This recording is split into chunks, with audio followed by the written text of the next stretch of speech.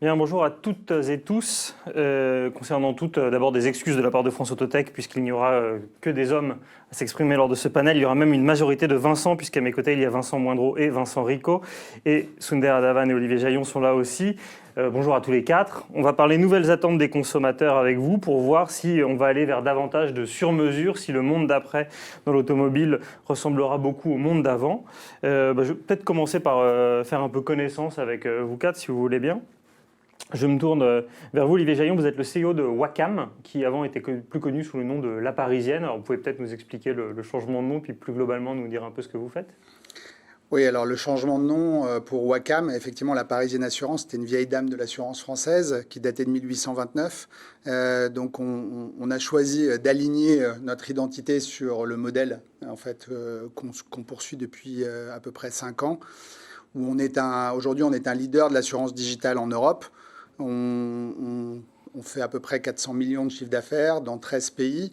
Notre métier, il est assez simple pour le comprendre. Ce matin, si vous êtes venu sur une trottinette, sur un vélo électrique, vous avez pris un VTC ou vous avez demandé à Deliveroo de vous livrer un petit déjeuner dans votre lit douillet, eh bien, on était sûrement l'assureur de cet usage. Donc en fait, nous, on fait ce qu'on appelle de l'assurance embarquée en marque blanche. Donc ce qu'on s'efforce de faire, c'est de travailler avec des marques pour protéger tous ces nouveaux usages, principalement de la mobilité, que ce soit autour de l'automobile ou de tous les autres moyens de mobilité qu'on découvre de plus en plus au quotidien. Et c'est le métier qu'on fait maintenant depuis 5 ans. Et Wacam était en fait une marque qui représentait mieux quand même notre modèle complètement digitalisé, international. Donc on a un peu déparisianisé, on va dire, notre nom.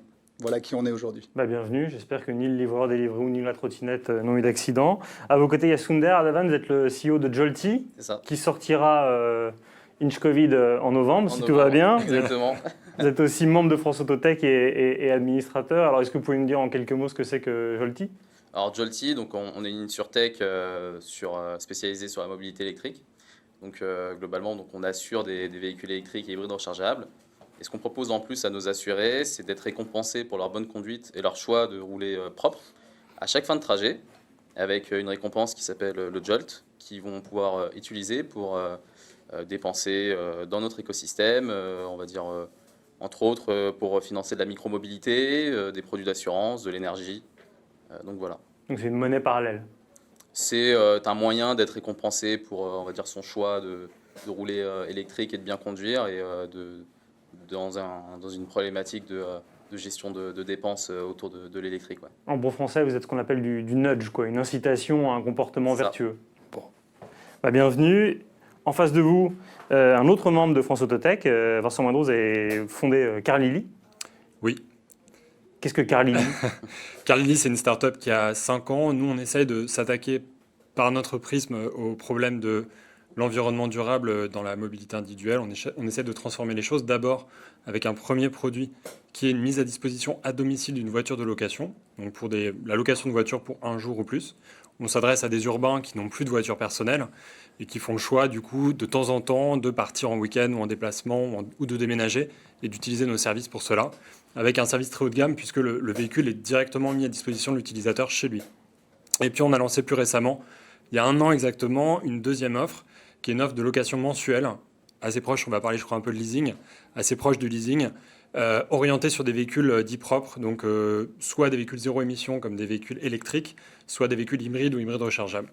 Voilà, c'est une offre qui est encore en lancement, mais qui est dans la mission de Carlili également. Eh bien, bienvenue. Et last but not least, Vincent Rico. Vous avez eu une carrière dans des grands groupes centenaires, pluricentenaires, comme Saint-Gobain, pour ne pas le nommer.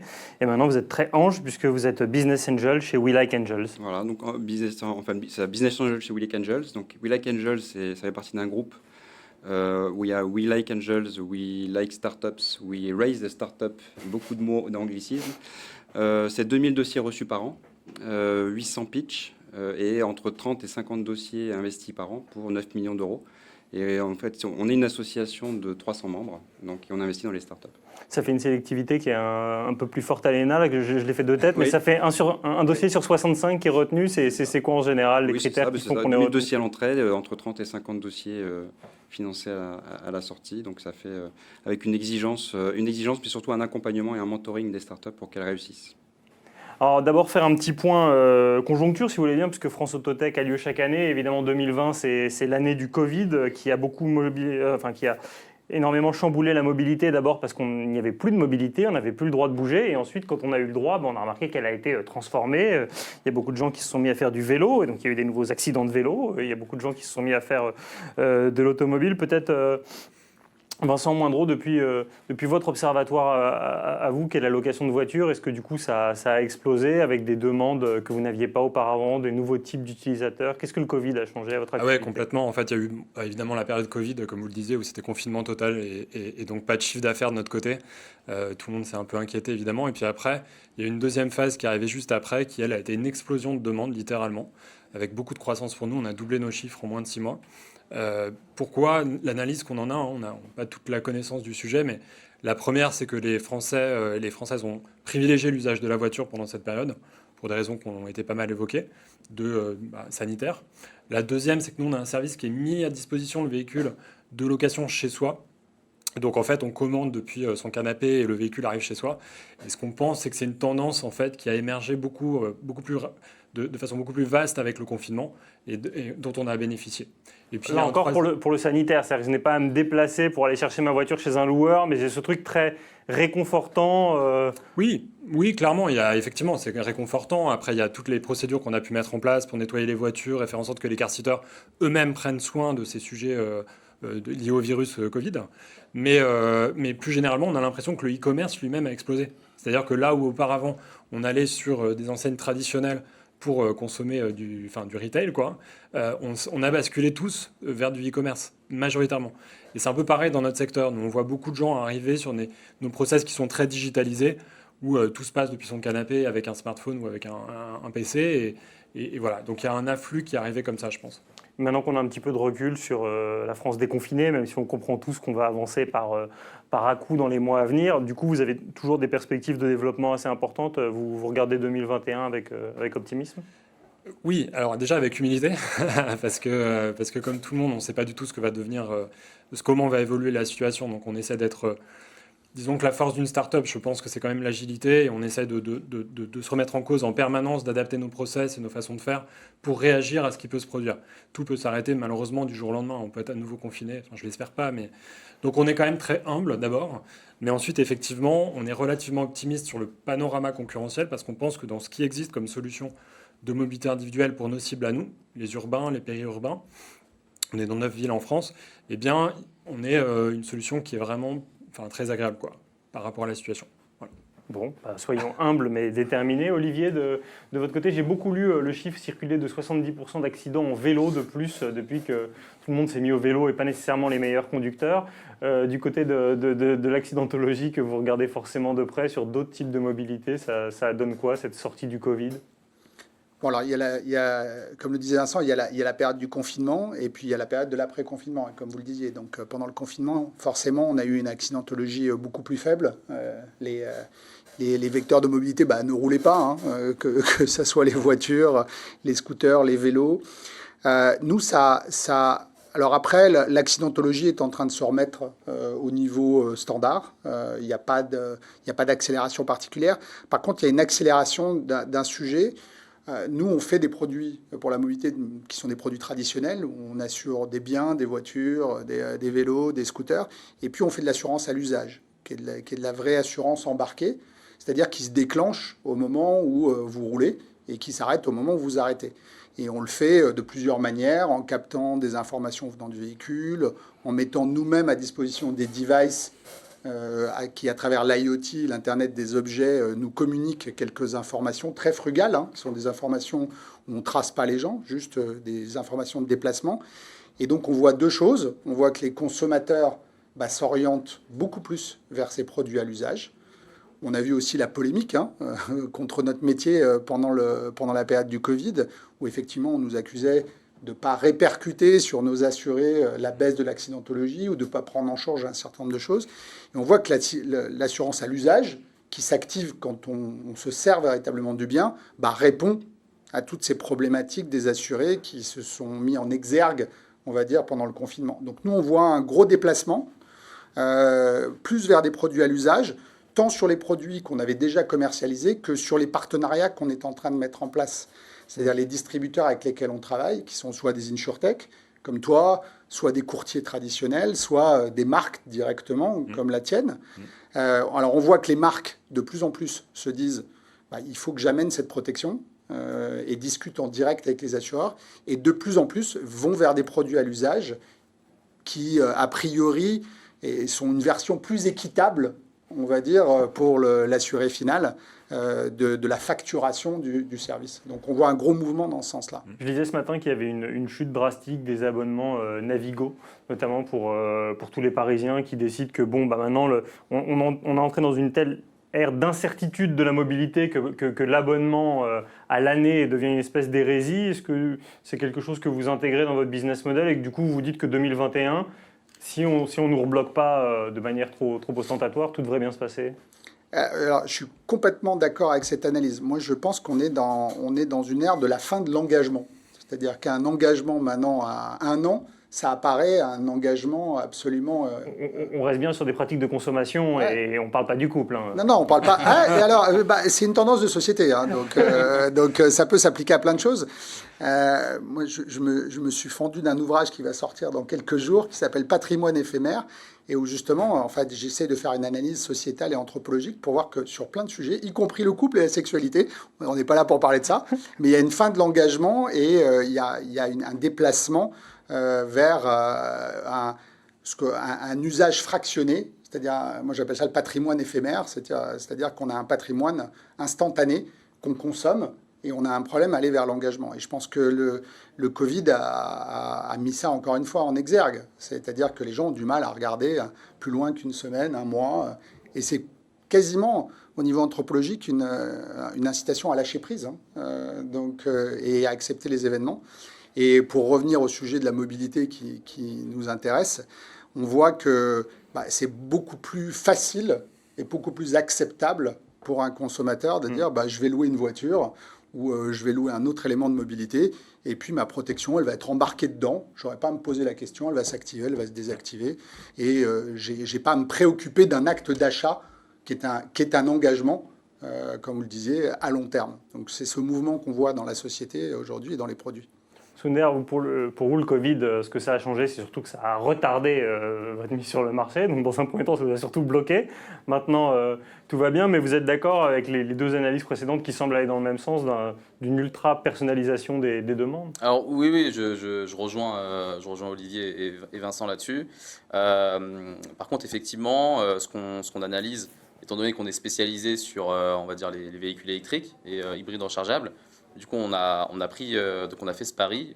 Donc, ça fait maintenant un peu plus d'1 an et demi qu'on a fait pas mal de R&D là-dessus. Et à une époque, on nous posait la question, pourquoi l'électrique? Est-ce que vous pensez que ça va marcher? Et bizarrement, durant le Covid, bizarrement, il faudra isoler les faits. Je ne sais pas si c'est lié au bonus écologique ou aux incitations sur la prime à la conversion, mais il y a effectivement eu une hausse des ventes de véhicules électriques ou des véhicules dits propres, donc à faible émission. Et ça de cet été jusqu'à maintenant. Et donc voilà, c'est de la vente pour de l'acquisition ou du leasing, donc pour de la location longue durée. Donc je trouve qu'aujourd'hui, je trouve qu'on n'a pas forcément assez de recul pour valider, on va dire, cette hypothèse de est-ce qu'on est à la dépersonnalisation du véhicule ou est-ce qu'effectivement demain, si je ne suis pas citadin, donc que je fais le choix, un peu comme pas mal de Parisiens maintenant, donc je parle pour Paris, de chercher un espace extérieur, un jardin, une terrasse, etc., aller vivre en banlieue ou en province. Est-ce que du coup je fais le choix de ne plus acheter de véhicule ou de ne pas louer de façon longue durée un véhicule, puisque m'éloigner de transport en commun dit m'éloigner de solutions alternatives de déplacement, de micromobilité. Donc pour moi, je trouve qu'on est encore on est dans les prémices. Donc il y a effectivement des éléments qui nous emmènent dans différents vecteurs, sur différents vecteurs. Mais le point de convergence, pour moi, il est encore assez éloigné. Et, je pense que l'avenir nous le dira. Alors Vincent, on a entendu une petite discordance sur cette belle unité qui s'amorçait. Vous avez un observatoire intéressant parce que vous recevez tellement de dossiers. Est-ce que les startups, les jeunes pousses que vous voyez, elles sont sur ces micro-mobilités éphémères ou Alors, pas sur les tant que ça? micro-mobilités, oui. Alors, ce qu'on observe, il y a 3 éléments. Le premier, c'est quand même une conscientisation du besoin d'hygiène et de santé qui a explosé. Exactement. Et en fait, typiquement, un véhicule qui se partage, donc un car share, doit pouvoir se laver au car share, un peu comme un bus est aujourd'hui lavé à la RATP. Et c'est quelque chose d'essentiel et que les gens ont de plus en plus besoin. Ça, c'est un premier élément. Le deuxième élément qui est autour enfin, on n'en parle pas beaucoup, mais le télétravail est devenu une alternative à la mobilité décarbonée. Il y a même l'ADEME qui a fait une communication récemment sur 1 jour de télétravail par jour permettrait d'économiser 271 kg de CO2 par an pour chaque individu, ce qui fait que c'est une alternative viable de décarbonation de l'économie d'une certaine manière, quand on prend tout en compte. Et le troisième élément, c'est, comme Vincent le disait, il y a une explosion aussi de la consommation en ligne qui augmente aujourd'hui de 5%, donc 5% de plus par mois de gens qui consomment en ligne. Et donc ça va faire exploser aussi la livraison urbaine au dernier kilomètre. Donc là, on a typiquement deux startups qui ont explosé pendant le Covid. La première qui s'appelle Véhicules utilitaires français, qui développe des véhicules cargo électriques pour la livraison urbaine. Et ça, en fait, ils ont complètement compris la tendance du marché pour ce niveau-là. Et la deuxième qui s'appelle SpeedTech, qui est donc liée à l'automobile, qui est en fait une concession virtuelle. Et pendant l'espace post-Covid, ils ont acquis 430 nouvelles concessions dans leurs clients. Donc ça a explosé aussi. Donc ils en avaient 10 auparavant, c'est-à-dire qu'ils ont eu un multiplicateur c'est ça. fois 43 en Oui. l'espace de 6 mois. Exactement. Pourquoi ? Parce qu'en fait, tout simplement, les concessions se sont rendues compte que vendre en ligne, c'était une alternative viable et beaucoup plus intéressante pour eux. Et leur business est en train d'exploser. Sur ce point précisément, normalement quand même le fait d'aller acheter une voiture, ou en tout cas de la loi, il y a quand même quelque chose d'un peu physique. Est-ce que l'alternative en ligne, là c'est pour le coup la question complètement Nostradamus, vous la sentez vraiment liée au contexte sanitaire, ou vous avez l'impression que de manière pérenne on va aller vers un monde dématérialisé ? Il y a Tesla, typiquement, aujourd'hui, vendent leur voiture en ligne. Donc, j'ai vu dans mes expériences passées que c'est aussi un modèle qui est copié, typiquement, le modèle, les Chinois copient, les constructeurs chinois copient complètement ce modèle-là, pour complètement digitaliser l'expérience. Mais c'est un peu du digital, c'est-à-dire qu'il faut quand même des endroits où expérimenter les objets, expérimenter, sentir, hein, comme vous le disiez. Mais l'acte d'achat peut complètement maintenant être dématérialisé. Nous, on agit précisément sur ce sujet-là, c'est-à-dire que je rejoins exactement l'analyse qui a été faite. Oui, je pense qu'il y a un avant et un après, et que maintenant on va passer sur une expérience au moins digitale. Je crois beaucoup à la distribution digitalisée et au showroom, qui est la stratégie Tesla, et franchement, ils ont plutôt bien réussi. Donc moi, j'y crois beaucoup. Nous, on est aussi un service qui s'inscrit là-dedans, parce qu'on peut tester les voitures, en fait. Et typiquement, on parlait de personnalisation. L'histoire de notre entreprise, elle représente ça. Nous, quand on est arrivé sur le marché, on dépendait de la façon dont les loueurs travaillent, c'est-à-dire on réserve des modèles de voitures, des catégories, vous savez, le fameux type Clio, catégorie B type Clio. Et en fait, maintenant, de plus en plus, avec le temps, on s'est beaucoup battu pour ça, mais on arrive à proposer des modèles eux-mêmes, voire même avec des partenariats avec les fabricants, une immatriculation, c'est-à-dire qu'on vient directement réserver de la voiture avec telle ou telle option, telle ou telle couleur de cuir, de siège, etc. Et donc on vient dans l'hyper-personnalisation.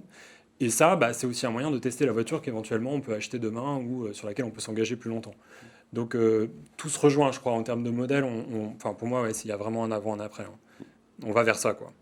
Olivier, le figital sur la question de l'accidentologie, de la traumatologie, c'est quand même un domaine qui touche à l'intime. On peut être un peu angoissé. On ne peut pas passer uniquement par une application, une interface. On a besoin de savoir qu'on peut rapidement être mis en contact avec un humain. Donc là aussi, la dématérialisation ne signifie pas la déshumanisation. Alors non, ça ne signifie pas la déshumanisation. Mais après, si on prend le service assurantiel et si on essaie de regarder quelles sont les deux angoisses d'un assuré. Et c'est ça qui est important. La première angoisse de l'assuré, c'est d'être vraiment bien assuré au bon moment. Donc c'est tout bête, mais de se dire qu'on a pris les bonnes garanties pour le bon usage ou le bon bien, quoi. Donc, et là, on parlait d'hyper-personnalisation. Là, on est rentré l'assurance est rentrée dans une totale autre ère, parce que le cycle de création d'un produit chez un assureur traditionnel c'est des mois, voire des années. Donc là, les nouveaux usages, ils viennent sur le marché en quelques semaines.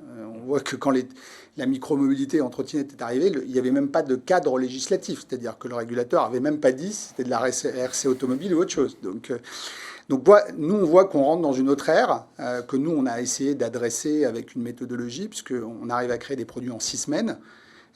Et on voit c'est une révolution de notre métier, parce que nous, on a des gens chez nous qui s'appellent les actuaires.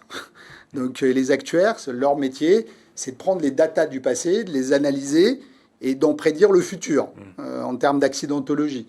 Ben, on n'a plus de data du passé. Donc ça les laisse quand même un peu pantois. Donc il faut qu'on imagine d'autres modèles plus prédictifs, justement pour prévoir le futur et être en mode très test and learn, c'est-à-dire capturer de la data.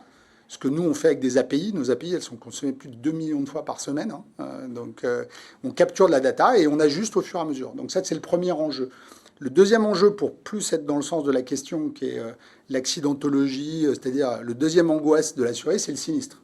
Donc, et là, l'angoisse, c'est que effectivement, il va se retrouver au moment le plus angoissant, en interaction avec quelqu'un qui va devoir évaluer ce qui lui est arrivé. Et l'évaluation par un humain, bah, c'est forcément aléatoire.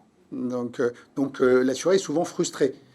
Donc moi, je pense qu'il faut catégoriser en deux. Dès qu'il y a des dommages corporels, c'est-à-dire là, on est obligé de parler à quelqu'un, on est obligé d'avoir une interaction humaine, on est obligé d'avoir presque une relation de confiance. Tant qu'on n'est pas dans les dommages corporels, mais les dommages matériels, honnêtement, tout ça, ça peut s'automatiser très facilement. Par des systèmes d'intelligence artificielle, par ce qu'on appelle l'assurance paramétrique. Alors, c'est un gros mot compliqué, mais derrière, c'est pas très compliqué. Hein. C'est juste... Je prends en photo le sinistre, je montre que ma portière Ouais, est alors, ça va même plus loin que ça. C'est-à-dire, au lieu de dire, sur certaines garanties, je prends le bris de glace, parce que péter un pare-brise, c'est assez simple. Il n'y a pas d'expert qui va évaluer combien ça veut dire. De dire, si tu pètes ton pare-brise, on va te donner 500 €. Et c'est ni 600 ni 400. Et donc là, on a juste une information qui nous dit le pare-brise est en vrai et on paye 500 directement. Et là, il n'y a pas de frustration parce qu'on sait combien on va être réglé au début du process et on est réglé ça à la fin. Et c'est ça l'assurance paramétrique en fait.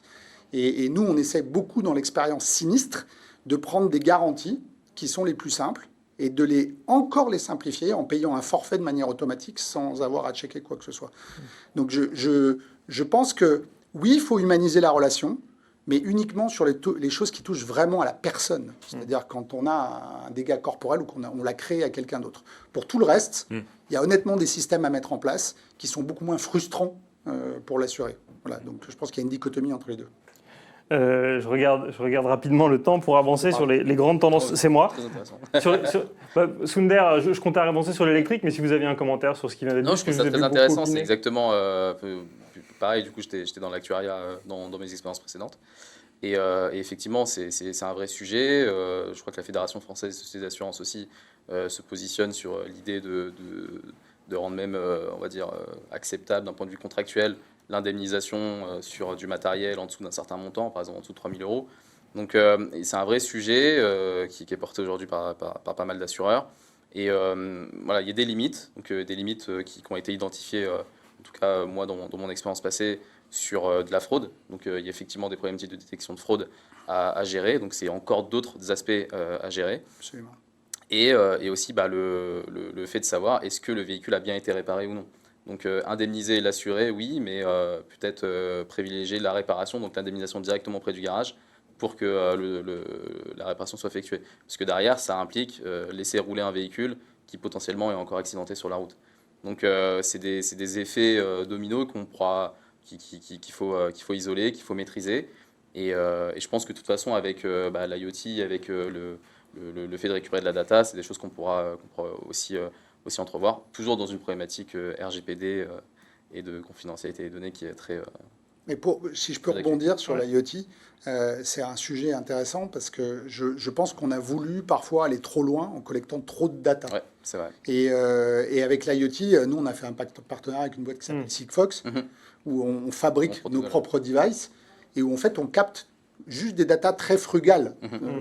Ça a bougé de tel endroit, on ne les trace pas, etc. Et je pense qu'on est allé un peu trop loin, trop vite, et ça a braqué l'assuré et le consommateur, parce qu'il avait l'impression d'être tracé, d'être analysé, etc. Alors qu'on peut mettre en place des systèmes beaucoup plus frugaux, et qui fonctionne très bien. C'est l'objet d'un autre panel sur Autotech cette année où on parlera de l'infobésité et de est-ce que ça vaut vraiment le coup de collecter toutes ces datas. Je voudrais qu'on parle quand même un petit peu de l'autre grosse tendance de l'année pour les consommateurs.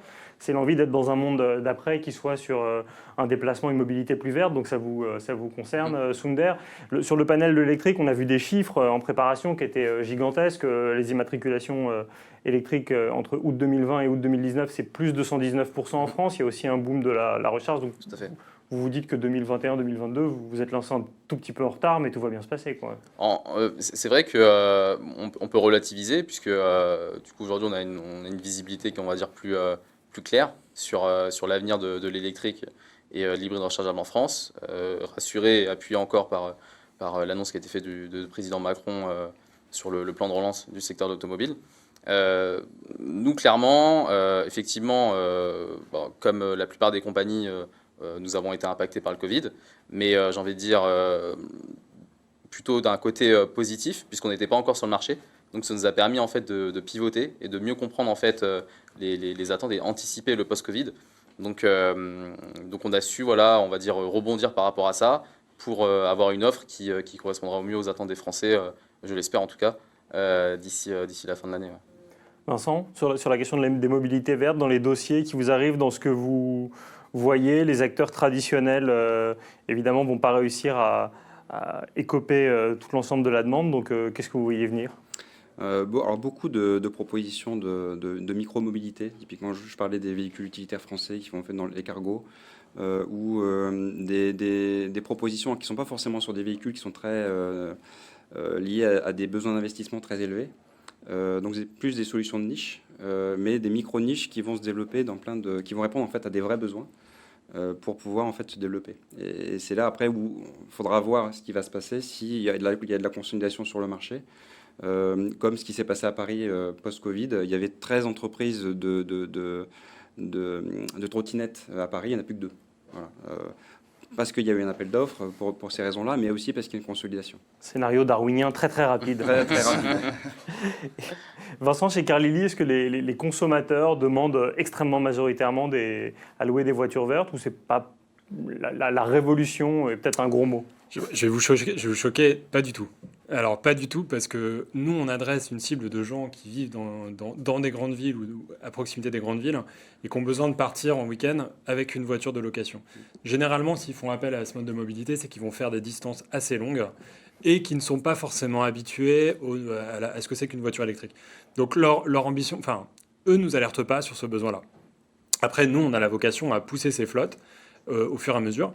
Mais encore une fois, quand on raisonne sur l'ambition que se fixe Carlili, qui est de réduire l'empreinte carbone de la mobilité individuelle, ça passe d'abord et avant tout par réduire le nombre de voitures. Donc c'est un peu dur à entendre peut-être parfois chez France Autotech, mais la vérité c'est qu'il faut aussi avoir des solutions qui permettent d'aller vers une rationalisation de la ressource automobile. Donc ça, c'est là-dessus qu'on agit le plus avec les principes du car sharing finalement. Et ensuite, effectivement, le passage à l'électromobilité. Mais donc sur l'offre classique, non. Sur l'offre d'abonnement, qu'on appelle l'offre max, chez nous, oui, on n'a que des véhicules qui sont électrifiés. L'offre d'abonnement, elle est pour les entreprises qui arrêtent d'avoir des flottes de véhicules, mais décident... Pas du tout. Elle est également pour les entreprises, mais elle est à la fois particulier et entreprise. Sur les deux modèles, sur les deux types de clients, on propose ce type d'offre. Par contre, là, nous, on est très volontaire là-dessus parce qu'on dit, si c'est votre voiture du quotidien, alors c'est probablement pour, comme on le sait avec toutes les études, pour des déplacements qui sont de moins de 100 km par jour. Donc en fait, une voiture électrique correspond à ce besoin. Juste du coup, ce qu'on a lancé qui est en train de très bien prendre, c'est tout nouveau, hein, ça a 2 semaines. D'ailleurs, je crois que c'est un scoop, j'ai jamais communiqué dessus. C'est de croiser les deux offres. C'est-à-dire que quelqu'un qui est abonné sur une voiture électrique peut avoir une voiture thermique pour certains week-ends où il pense, ou certaines vacances où il pense se déplacer longuement. Et donc, de facto, tous nos abonnés ont 25% de réduction sur l'offre classique. Et on pense même proposer des forfaits additionnels pour passer à 50, 75 ou 100% de réduction. Donc vraiment pour pouvoir combiner en fait son usage de la voiture selon son besoin. Et là, tu gères la logistique d'aller reprendre la voiture et d'en donner un autre. Ouais, dans tous les cas. Bah, c'est pour ça. Ce modèle, conceptuellement, il existe déjà depuis une dizaine d'années, notamment certains leasers que je ne vais pas nommer qui l'ont proposé. Mais si c'est pas chez toi, ça peut pas marcher. Donc nous, on a le service où tout se passe depuis chez toi et c'est comme si tu avais un parc avec un grand garage et 10 voitures et puis tu fais tourner tes voitures selon ton besoin. On revient là sur la discussion, à mon avis, de la simplicité de l'expérience utilisateur. Les nouvelles générations, c'est clair qu'elles sont très focalisées là-dessus. Hein. Alors, je voudrais juste faire un tour de table parce que ce qu'on voit en vous entendant tous les quatre, c'est qu'il y a clairement une montée en gamme des services qui sont proposés aux utilisateurs. C'est plus customisé, c'est plus personnalisé, c'est plus fragmenté dans le temps. Évidemment, une montée en gamme ne peut pas se faire au même prix. On connaît tous la différence entre le prêt-à-porter et la haute couture. C'est une montée en prix. Alors j'espère que ce n'est pas aussi important que dans la mode. Olivier, je ne vous vois pas d'accord du tout. On peut réussir à faire ça au même prix ? Non, pas d'accord du tout. Alors pas d'accord du tout en tout cas pour notre métier. Après, je prétends pas connaître tous les insights des business models des autres, mais en tout cas, nous on voit que comme on a digitalisé l'ensemble de la relation, c'est-à-dire on a digitalisé la relation avec le distributeur, donc comme je l'ai dit, qui peut être un courtier, une insurtech, une marque, et que derrière, une fois qu'on a fabriqué le produit, tout simplement on met à disposition une API à notre distributeur qui la consomme, et on a un gestionnaire à l'extérieur, on a digitalisé toute la chaîne. Nous, on a un expense ratio qui est à 6%, qui est beaucoup plus bas que l'expense ratio des assureurs traditionnels. Donc, on a laissé l'acquisition du client au distributeur. Et moi, en fait, le bundle... en français pardon, c'est vrai. Donc, comment on dit bundle en français? Donc, d'agrégé de services. Donc, par exemple, la location d'une voiture avec l'assurance qui va avec, ça fait qu'en fait, quelque part, le coût d'acquisition, il est partagé à deux, quoi. Enfin, donc, à deux, à trois, à quatre. Et que finalement, moi, je suis, persuadé que ça va plutôt tirer les coûts vers le bas. Il y a un deuxième sujet. Voilà. On parlait de croissance responsable, de croissance verte aussi, etc. Alors, moi, je crois que le déplacement de la propriété, qui est ce dont vous parlez tous les deux, du consommateur vers des plateformes, parce que c'est ce que vous êtes finalement, et c'est ce que nous aussi on est, parce que on met en relation le distributeur avec le capital pour assurer le risque. Il y a un grand sujet autour de ça. C'est-à-dire qu'avant, quand on vend quelque chose à un consommateur, on a intérêt à ce que ça soit obsolète rapidement, parce qu'on veut lui revendre le même objet. Donc, quand cet objet il est détenu par une plateforme, on peut très clairement, on peut reprendre l'exemple de la trottinette. Il a intérêt à ce que l'objet soit obsolète le plus loin possible, parce que plus il va le garder en magasin, plus il va pouvoir le louer. Donc en fait, on est passé d'un modèle où on avait tout intérêt à revendre un deuxième bien le plus vite possible au consommateur, à un modèle où ces plateformes qui finalement financent l'acquisition de ces biens de mobilité, elles ont intérêt à le conserver le plus longtemps possible pour pouvoir le louer et le mettre à disposition en usage fractionné le plus longtemps possible. Donc moi, je suis persuadé que la transformation de la société en plateforme est en fait quelque chose qui va nous inciter, en tant qu'économie, de manière globale, à gérer l'obsolescence programmée et plutôt aller vers des biens de plus en plus responsables, sustainable. Bon, je suis désolé, mais je n'ai pas de mot durable. Allez, soutenable, c'est difficile dans la durée. Donc, moi, je pense honnêtement que ce mouvement, il ne tire pas les coups vers le haut, plutôt vers la baisse, et qu'il va plutôt dans le sens d'une croissance responsable et verte. Il va pour pérenne. Voilà, vous aviez l'air d'être d'accord, le fait qu'on passe désormais par des plateformes, encore une fois, ça veut dire que tous ces nouveaux services, ils ne vont pas nécessairement engendrer des coûts moi, je rejoins Olivier sur le fait qu'il y a effectivement une réduction des coûts sur la digitalisation, de par la délégation de gestion qu'on peut avoir dans le cadre d'une assurance, de par l'automatisation des différents process, que ce soit sur la souscription, la gestion du sinistre, etc. Chez Jolty, clairement, ça, c'est ce qui permet aussi de financer le reward, la récompense auprès de nos assurés. Mais ce que j'entends, c'est qu'effectivement, sur l'aspect digitalisation, pour revenir là-dessus, je pense qu'il ne faut pas non plus perdre le côté humain. Donc, c'est ce qu'on a vu avec la déshumanisation. Et ça a quand même un coût. Donc, ça a quand même un coût, et c'est quand même un coût qui, je pense, devra encore être présent chez les Français, puisqu'on a encore besoin d'être rassurés. Et puis, ça s'est encore vu aujourd'hui, en tout cas cette année avec le Covid, on a un besoin d'être rassurés sur nos choix, sur nos différents moyens de mobilité. Et moi, je pense qu'effectivement, comme Olivier, on part sur, je dirais pas une régression de l'obsolescence programmée, mais je pense qu'effectivement, on est en train de shifter un peu ce business model où on va essayer d'amortir au maximum une immobilisation du capital lorsqu'on va avoir une flotte de véhicules, par exemple. Mais encore une fois, c'est d'autres problématiques, parce que l'électrique, c'est un secteur qui est très innovant. Donc les batteries changent régulièrement, les véhicules sont de plus en plus innovants. On se souvient tous des premières Renault Zoé qui aujourd'hui, bon, c'est assez difficile de les revendre sur le marché de l'occasion. Donc à voir, je demande à voir. Nos amitiés à nos amis de Renault, qui ont développé de nouvelles gammes beaucoup plus simples à C'est vrai. revendre. Vincent, vous ne me ferez pas croire que les véhicules qui sont livrés chez moi alors que je les commandais depuis mon canapé et qui arrivent en bas sur ma place de parking, ça peut être au même prix que des gros loueurs avec des grosses masses qui sont dans des gros nœuds d'infrastructures comme les gares. Je vous ferai rien croire, Vincent, mais non, en gros, vous avez raison. Le service a un coût, clairement. Et ce coût, d'ailleurs, c'est nous qui en prenons une partie en charge. Nous, on facture 20 € sur le service pour la livraison et la récupération de la voiture, quelle que soit la durée, que ce soit un jour ou 18 mois. Vous payez 20 € pour le service. Donc, et le reste nous incombe. Et évidemment, on paye un peu mieux nos livreurs que ça. Voilà. Bon, je ne vais pas rentrer dans les détails, mais oui, c'est un coût. Pour autant, je rejoins ce qui a été dit un peu plus tôt. Si on raisonne en termes de modèle, le gros problème de la voiture aujourd'hui, enfin, il faut le voir en face, hein, c'est qu'une voiture, ça sert, mais grand maximum 5% du temps. Grand maximum. Le reste du temps, c'est sur une place de parking. On pourrait même considérer que ça coûte de l'argent à la collectivité, que ce soit sur une place de parking, éventuellement dans la rue. Je pense que voilà, ça se débattrait. Mais donc, ça coûte de l'argent au moins à la personne qui l'a acheté pour rien. Parce que vous achetez une voiture très chère pour vous en servir seulement 5% du temps. Nous, avec notre modèle, selon les principes du car sharing, on optimise cette ressource, encore une fois. C'est-à-dire qu'on la fait tourner aux gens qui en ont besoin. Alors évidemment, il y a ça cape à un moment. En général, on parle pour un loueur traditionnel, on est dans des ordres de grandeur de rotation de voiture de 65% à 80% de la flotte qui tourne en permanence. Mais on voit bien qu'on est très loin des 5%. Donc ce faisant, le modèle at scale, comme on dit, désolé de l'anglicisme, à l'échelle, le modèle à l'échelle, c'est normalement un modèle où la voiture en elle-même est beaucoup plus vite amortie par son usage. Donc le service coûte de l'argent, certes, il y a un service, il y a un coût variable sur le service. En revanche, le prix de la location lui-même devrait mécaniquement baisser dans le temps. Je veux juste réagir par rapport à ce que dit Vincent. Effectivement, il y a 5% du parc automobile qui, on va dire qu'on utilise son véhicule que 5% du temps. Je pense que l'amortissement ne se fait pas forcément sur l'usage de rouler avec son véhicule.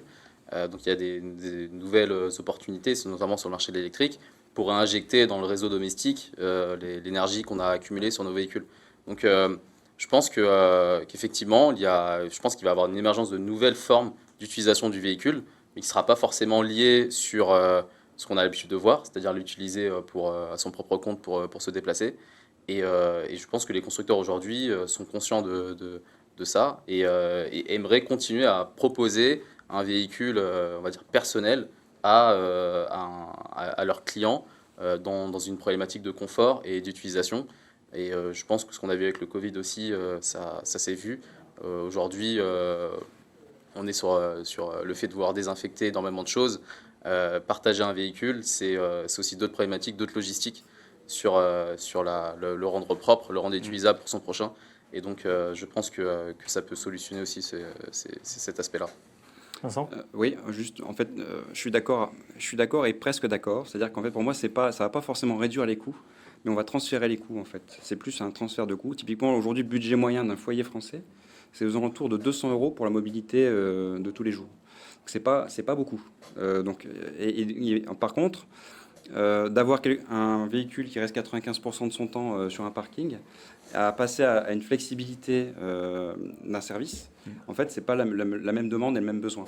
Et donc, c'est plus pour moi un transfert de valeur qu'une réduction de coût. Ça demande un gros travail des utilisateurs, c'est-à-dire qu'il faut qu'ils commencent à sortir eux-mêmes leur stylo en se demandant est-ce que vraiment mon budget mobilité est bien utilisé aujourd'hui, est-ce que j'ai pas besoin de services plus on-demand pour aller dans votre sens plutôt que d'avoir des abonnements un peu pérennes. Je pense que dans un premier temps, ça va s'ajouter pour qu'après, avec l'effet de masse des plateformes, typiquement, ça puisse baisser. Mais dans un premier temps, il va y avoir un effet d'à-coup. On arrive à la fin de ce panel. Justement, on a beaucoup rigolé tous les cinq de la langue utilisée, qui est la langue des startups et peu celle des grands groupes. Vincent, vous qui avez notamment bossé chez Saint-Gobain ou autre, c'est vrai que quand on pense à la personnalisation, la customisation, dirait-on dans le langage des startups, on pense à des petits groupes agiles qui peuvent pivoter facilement. Quel rôle vont jouer les grands groupes dans ce changement structurel ? Là, en fait, je vois deux éléments. Le premier, c'est qu'effectivement, les grands groupes, ils ont leur vitesse de croisière. C'est des gros paquebots. Ça prend beaucoup de temps pour décider et pour administrer. Quand les startups, en fait, sur des marchés de niche très vitales et très rapides. Ce que je vois, c'est typiquement en ayant été chez Saint-Gobain, j'ai pu voir par exemple une société comme France Pare-Brise, qui est en fait au milieu des deux mondes. C'est une PME qui fait partie, qui est une filiale du groupe, et qui est en interaction avec les startups d'un côté, et qui voit en fait comment fonctionnent les marchés et comment fonctionnent les acteurs de marché, donc l'agilité de marché, et d'un autre côté s'adapte en fait et fait interface avec le grand groupe pour justement pouvoir adapter ces deux mondes-là. Et il faut des interfaces. S'il n'y a pas d'interface, ça ne marche pas. Le grand risque que j'ai pu voir par le passé, c'est que les grands groupes n'investissent dans les startups que en monétaire, en financier, sans les accompagner. Et le dernier point, typiquement une startup, son avantage de travailler avec un grand groupe, c'est d'abord de travailler son marché de niche, trouver son besoin de fonds de roulement, parce que c'est le nerf de la guerre, la trésorerie, et commencer à avoir ses premiers clients avec un support de grand groupe assez parfait, parce qu'il y a une certaine crédibilité. Et le grand groupe arrive, lui, pour pouvoir faire scaler, alors pour faire mise à l'échelle de l'entreprise, et peut, par exemple, lui faire participer de tout son réseau commercial mondial. Il y a un effet de vase communicant. Vincent, vous les regardez comment, vous, les grands groupes? C'est des alliés, c'est des concurrents potentiels, c'est des gens à aller démarcher, des futurs partenaires? Alors, déjà, tout est grand quand on regarde de notre fenêtre. C'est-à-dire que même une PME... Humilité, ouais. Non, mais c'est même pas une question d'humilité, c'est que c'est la vérité. Je veux dire, tout est grand quand on regarde du point de vue de la start-up. Donc, la concurrence peut venir de partout. C'est ça que je veux dire. Oui, si demain, un constructeur s'amuse à faire des choses, évidemment, ils ont beaucoup d'argent pour le faire. Après, donc, je vais pas faire preuve d'humilité. Après, nous, on pense qu'on a développé un savoir-faire et une technologie qui est très difficile à reproduire. Vraiment. C'est-à-dire que ça fait un moment qu'on l'a fait et même avec beaucoup d'argent, je pense que ça mettra du temps, en tout cas, pour arriver au même niveau que nous. Donc non, la concurrence, pas tellement. Après, par contre, s'adosser à des grands groupes, oui, bien sûr. Je partage ce qui a été dit. Je pense qu'en fait, il y a deux façons de monter une start-up, hein. Soit on dit, on essaie de s'adosser à des gros, et puis on va jouer ses pions au fur et à mesure pour essayer de grossir. Soit on sort complètement, on part dans la disruption, la fameuse, et puis là, on va chercher avec des fonds d'investissement à dire, c'est moi qui demain serai le grand groupe et vous les petits. Nous, c'est pas l'approche qu'on a prise, voilà, donc chacun la sienne. Nous, on a plutôt pris l'approche, effectivement, de collaborer avec les acteurs en place pour essayer de changer les choses. Sundar, vous adossez, vous disruptez ou vous tentez la troisième voie? Je pense que c'est un peu des deux premiers. Donc effectivement, on a embarqué des grands groupes dans notre aventure. Je dis pas que c'est ce qui justifie le fait que tu tends à se lancer, mais effectivement, je pense que il y a des initiatives qui sont lancées aussi au sein des grands groupes à travers des corporate startups. Donc il y a aussi cette volonté de vouloir développer plus d'agilité, de transformation et de rapidité de par cette création-là. Je pense qu'il faut travailler conjointement avec les grands groupes, non pas parce qu'ils ont beaucoup d'argent, mais parce qu'ils ils ont l'expertise, ils ont la connaissance du marché, du métier.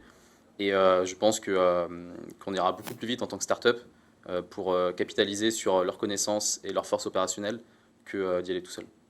Olivier, je vous laisse le mot de la fin. Comment est-ce que vous voyez le futur de ce patrimoine éphémère, pour reprendre le titre de votre livre, des mobilités demain? Alors, ça va venir des startups, ça va venir des grands groupes, ça va venir d'un mélange?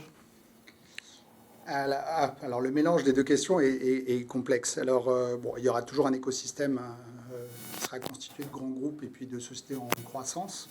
Je préfère appeler ça société en croissance, avec des stades de croissance différents. Et il y a des points de pivot qui sont des pivots complexes à franchir. Nous, on est passé du stade de PME au stade d'ETI.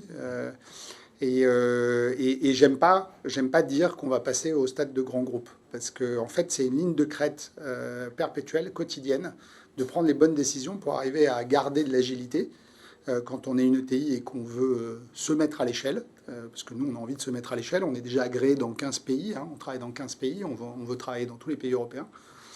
Et le sujet, c'est comment la conformité ne va pas nous tuer, comment la gestion des risques ne va pas nous tuer, enfin, ne va pas tuer notre propre agilité. Donc, surtout dans un métier régulé comme le métier de l'assureur. Donc, nous, on passe nos journées à être tout le temps sur une ligne de crête pour respecter la conformité, respecter la gestion des risques et garder de l'agilité. Et je pense que ça, les grands groupes vont avoir du mal à le faire parce qu'il y a beaucoup de legacy qui datent du passé. Et on voit que les banquiers, eux, les banquiers, c'est eux qui ont Je n'ai pas dit qu'ils ont résolu la problématique, hein, mais ils se sont dit, bon, ok, les legacy sont trop fortes, donc on crée des néobanques. Hein. On prend de la page blanche et puis on crée à côté. Alors, ça ne veut pas dire qu'elles sont rentables aujourd'hui, mais soit elles sont rachetées par des grands groupes, soit elles sont indépendantes, etc. Les assureurs n'ont pas encore créé de néo-assureurs. Il n'y en a pas. Donc, je pense que nous, on est un néo-assureur, mais on n'appartient pas à un grand groupe, on est indépendant. Alors, pour relier à ce que vous disiez, ce patrimoine éphémère, alors ça, c'est vraiment le challenge du futur pour nous, l'assureur.